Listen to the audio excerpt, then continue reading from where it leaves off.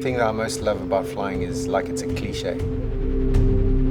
It's being free from the earth, three-dimensional freedom, flying like a bird.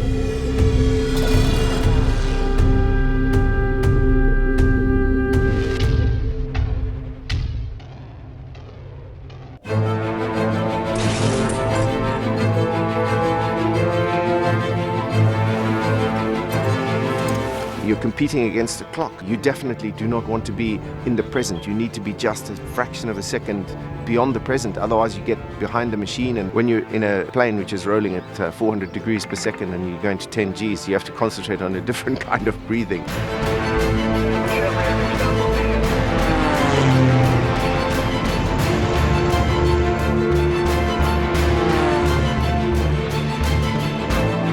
I think to just get in the plane and fly through the track, it's actually, if you have the right experience, it's pretty fundamentally easy. But to do it with extreme precision, we're looking for every 0.05 of a second. I mean, we're looking for tiny little increments. The whole body-mind thing, to find the physical and mental state of mind where you are really at your best performance, is very, very difficult. I was born in the eastern highlands of Rhodesia and brought up on a farm, 5,000 feet up in the mountains, absolutely beautiful place. Just being in the mountains and seeing eagles and imagining that you have that freedom to see the earth from a different point of view, it was really appealing to me. In the military, I did piston flying, helicopter flying, jet flying. In any military pilot's training, aerobatics is involved. I just loved it because to me that was really the embodiment of three-dimensional freedom. So you're then at the controls of a machine which enables you to fly like a bird. And after 6 years in the military, I was very keen to move on. The Red Bull Air Race compares quite differently to all other kinds of flying.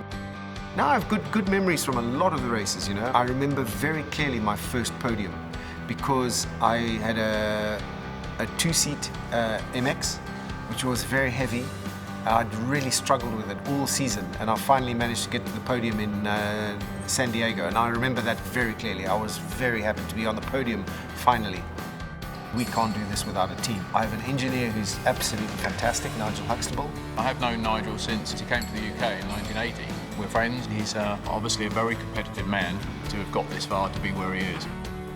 My family and a lot of my friends say I'm a very competitive person. I like to think I'm not too competitive. I have 3 very active, healthy sons. We're working on a project in a workshop, restoring a vintage car, which is quite challenging and a lot of fun. It's a nice place to be back on Earth, you know.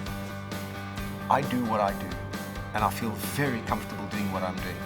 But now my middle son wants to be a base jumper, and his perception of what is acceptable risk or not is very different to mine. But can I talk to him about that? He just says, "Dad, look at what you're doing." I don't fear crashing in the air race. We are pretty much the master of our own destiny. For me, the biggest fear is allowing yourself to be complacent.